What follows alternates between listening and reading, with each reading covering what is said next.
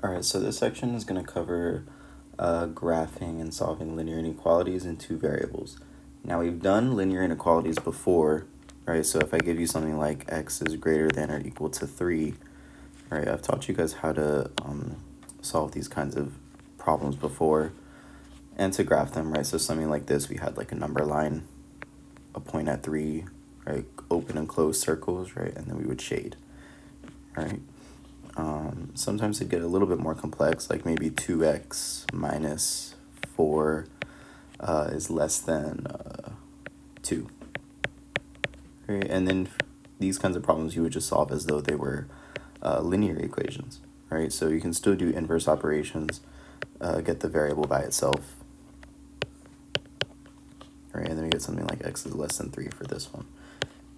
All right, and then we would just draw, in this case, an open circle because it's a strict inequality, and to the left since it's less than, right? So this is how it worked in one single variable, but now we get into something that's like, I don't know, if we have a linear equation in two variables, right, go y equals mx plus b, we get into how to graph and solve things like y is less than a half x plus 1, right? So something that looks like it's in y equals mx plus b form, but this time we have something a little bit different. We have an inequality, right? And it's not an equal sign, right? But you guys are going to quickly see that it's going to be very similar to how we would graph lines, linear equations, right? You'll see that the graphing portion of it is exactly like graphing a linear equation, all right? But just where our solutions are is what's going to be a little bit different. All right, so just a little warm-up. Let's graph each of these inequalities. All right, so this first one, x is greater than negative 5. Remember, greater than, right, you can treat it as though it was an arrow, right, going in this direction, right? So we're going to shade this way at negative 5. And because it is in strict inequality, I'm going to have an open circle. All right, the next one, right, just like before, you can treat it as though this was an arrow, right, pointing to the left, right? So that means at 0, I'm going to be shaded to the left. And because this is with equality, I see the line underneath it, I'm going to have a closed circle. All right, so it's going to look something like that. All right, this third one, writing this in slope-intercept form in the graph. Remember, slope-intercept form is y equals mx plus b. All right, and in this case, we need the y by itself. We don't have the y by itself yet. So what I'm going to do is I'm going to add 6x on both sides. And then we get 2y equals 6x minus 4. And then you can divide everything by 2 to get the y by itself. And then we get y equals 3x minus 2 in slope-intercept form. And then to graph, remember m is what's in front of the x, so 3. If you like rise over run, you can write it as 3 over 1, so that we can clearly see you're going up 3 into the right 1. And then your y-intercept is going to be the number by itself, so negative 2. I'm going to graph it. I would begin at negative 2. I would go up 3 over 1, and then you get a line that looks something like that.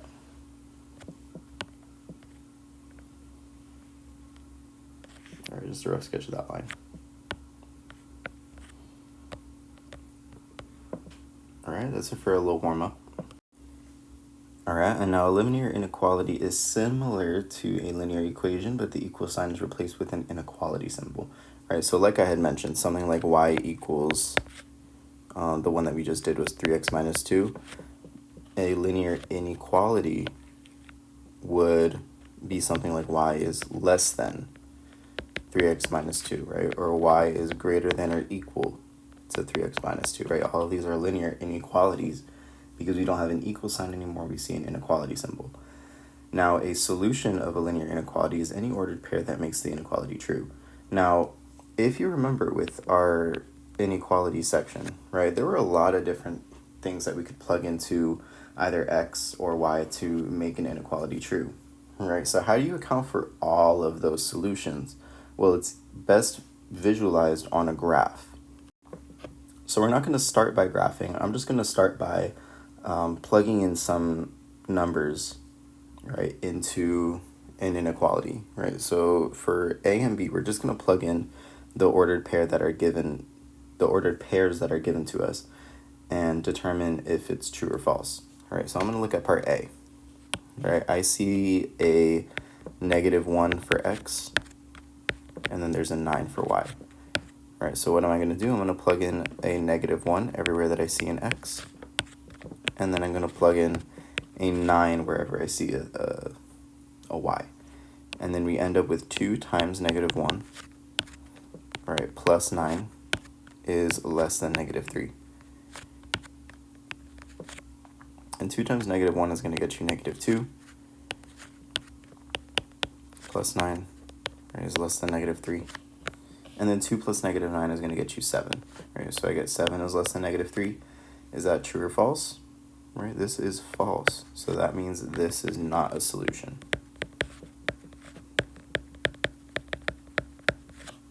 All right, and that's all we had to do for that one. And now if you look at B, right, we're going to do the exact same thing. I'm going to plug in a 2 wherever I see an x and a -2 wherever I see a y. Right, so that means I'm going to have a 2 minus 3 times -2 is greater than or equal to 8. All right, so then I get 2. -3 times -2 is going to get you a positive 6 is greater than or equal to 8. And then you end up with 2 plus 6 is 8, so you get 8 is greater than or equal to 8. Is this true or false? All right, notice that this one is true, actually. Just because we have a line underneath this inequality symbol, that means we are allowed to have 8. 8 can be a solution to this inequality.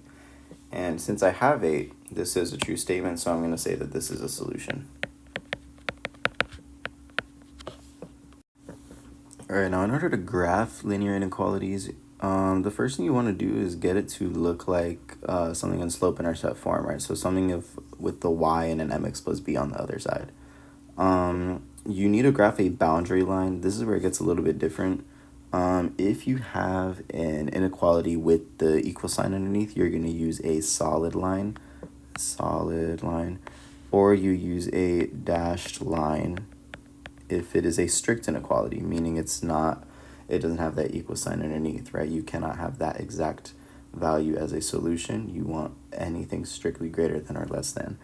And then anything shaded, right? So this is where more of our solutions come from, is shading the part of the xy plane that is above the line if it is a greater than or equal to, and you're going to shade below that boundary line if it is less than or equal to. And then to check your answer, you can always pick a point. So let's say pick any point and verify that it's a true statement. And this is just a summary of what was said in the last slide in terms of shading and the lines and stuff like that.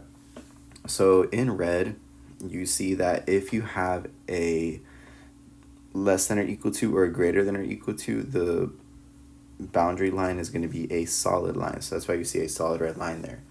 Whereas if you have a strict inequality, so in blue you see a y is less than or a y is greater than, then you have a dashed line. So you see that blue line right there is dashed with little spaces in between. If you have a greater than or equal to, then you're going to shade above that line, right, as you see in green.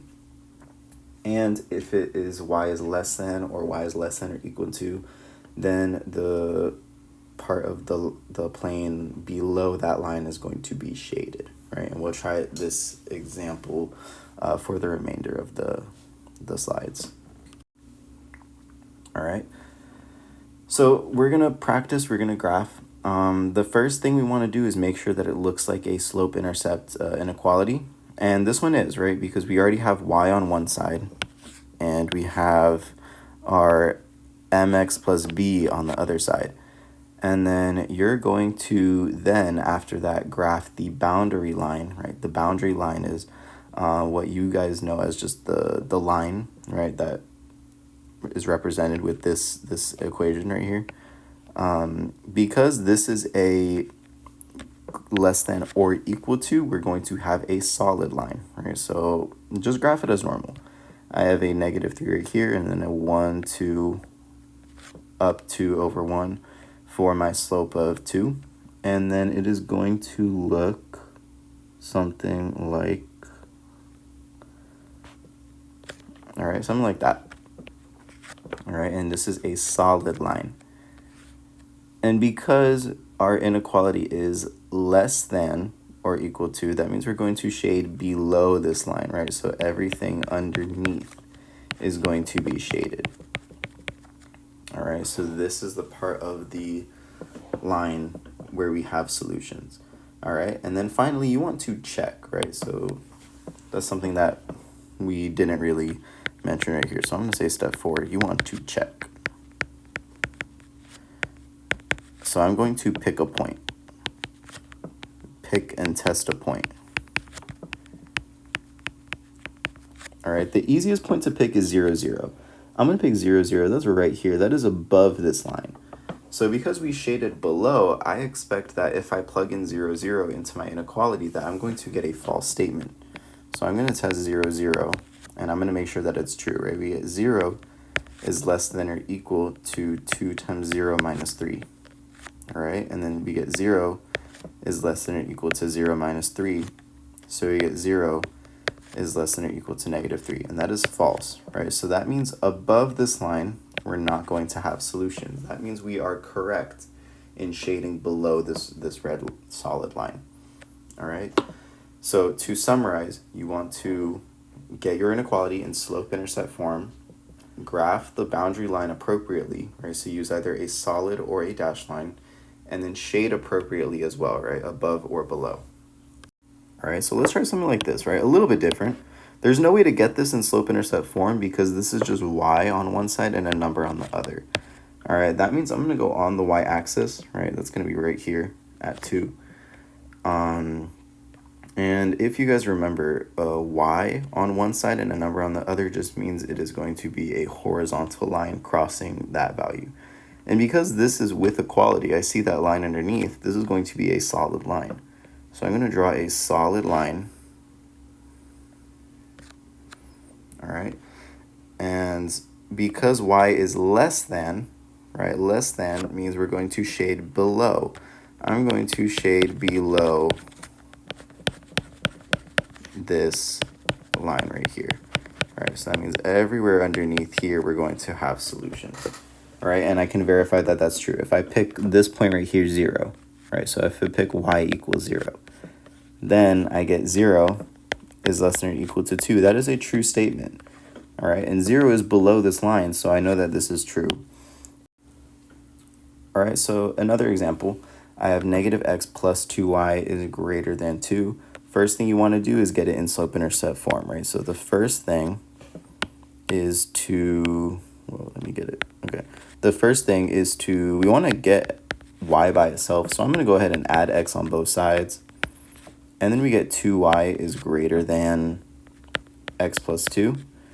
And y is still not by itself. So I'm going to go ahead and divide by 2 on both sides. And then I get y is greater than x over 2. X over 2 can be written as 1 over 2 times x, right? So if you don't see a number in front, assume it's 1. And just to get it in slope-intercept form, right, to make it a little bit more obvious as to what the slope is, I'm just going to write the x on the side. All right, so hopefully we're okay with that. And then I get 2 divided by 2 is 1, right? So then this is in slope-intercept form, right? The second thing I'm going to do is graph, all right? So I have a slope of 1/2, right? That's what's in front of our x, and then I have a y-intercept of 1. Because this is a strict inequality, meaning I don't see that line underneath this inequality symbol, this is going to be a dashed line, right? So strict inequality is a dashed line. All right, so keep that in mind when you're graphing this, right? My slope-intercept is 1, my slope is 1/2, so I get points, right? If I wanted to keep drawing a couple extra points just to make it a little bit more accurate, I know that I'm going to keep going up 1 over 1, up 1 over 1. Right, so I keep getting points like these. All right, and then I know that I'm going to have a dashed line. Look something like that. All right, so this is the only difference with what we did in the previous slides, is that now this is a strict inequality, all right? And then the third thing I'm going to do is I'm going to shade. Right, so because this is greater than is going to be above this line. All right, so I'm going to shade above it. So that means everything above this line is going to be a solution. All right, so our graph looks something like that. All right, exact same process as before. First thing you want to do is get it in slope-intercept form. All right, so I'm going to add 5x on both sides, right, because the goal is we want a y by itself. So I get 2y is greater than 5x minus 8, and then we can divide by 2 everywhere. And then I get y is greater than 5 over 2x, and then negative 8 divided by 2 is going to get you a negative 4. All right, the second thing I want to do is graph the line.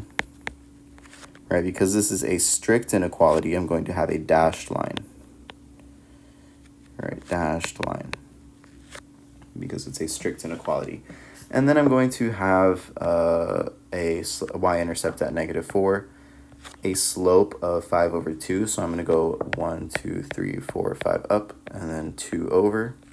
And then just to kind of guide you, I would draw a couple extra points, right? So go up 5, 1, 2, 3, 4, 5, and over 2. All right, 1, 2, 3, 4, 5, and over 2.